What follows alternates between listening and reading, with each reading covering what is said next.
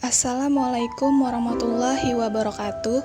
Perkenalkan, nama saya Desi Anggraini Borumanurung. NPM saya 1905170014.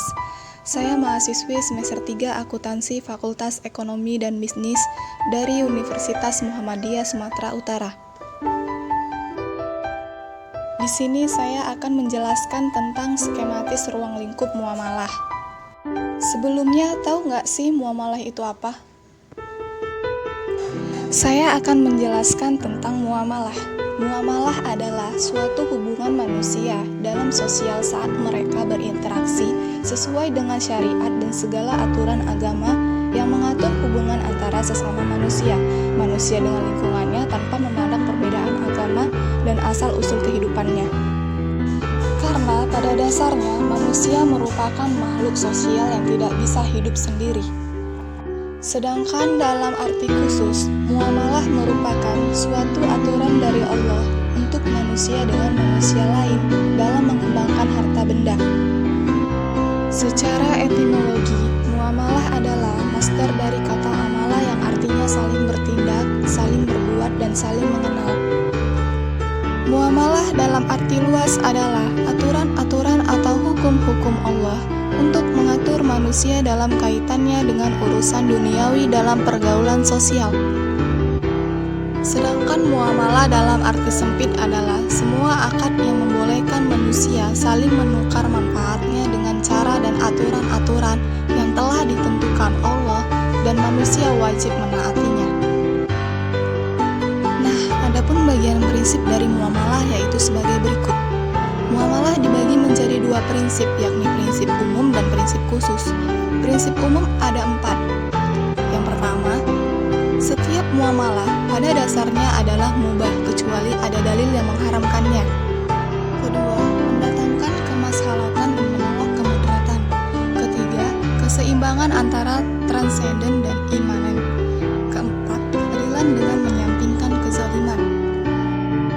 Adapun prinsip khusus ada 2 turunan, yakni yang diperintah dan dilarang. Yang diperintah ada 3 prinsip, yaitu yang pertama, objek transaksi haruslah yang halal. Kedua, adanya keridhoan semua orang terikat. Ketiga, pengelolaan aset yang amanah dan jujur. Sementara yang dilarang dibagi menjadi beberapa prinsip. Yang pertama, riba. Yang kedua, gharar. Yang ketiga, tadlis. Dan yang keempat, berakad dengan orang-orang yang tidak cakap hukum. Nah, selanjutnya kita akan membahas ruang lingkup muamalah menurut Abdul Wahab Khalaf. Tahun 1978, ruang lingkup itu terbagi menjadi 7. Yang pertama ada al-ahkam, al-ahwal, al-syaqiyah atau hukum keluarga, yaitu hukum-hukum yang mengatur tentang hak dan kewajiban suami dan juga anak. Yang kedua, al-ahkam al-maliyah atau hukum perdata, yaitu tentang perbuatan usaha perseorangan seperti jual beli, pegadaian, perserikatan, hutang piutang, dan perjanjian. Ketiga, al-ahkam al-jinayah atau hukum pidana, yaitu hukum yang bertalian dengan tindak kejahatan dan sanksi-sanksinya.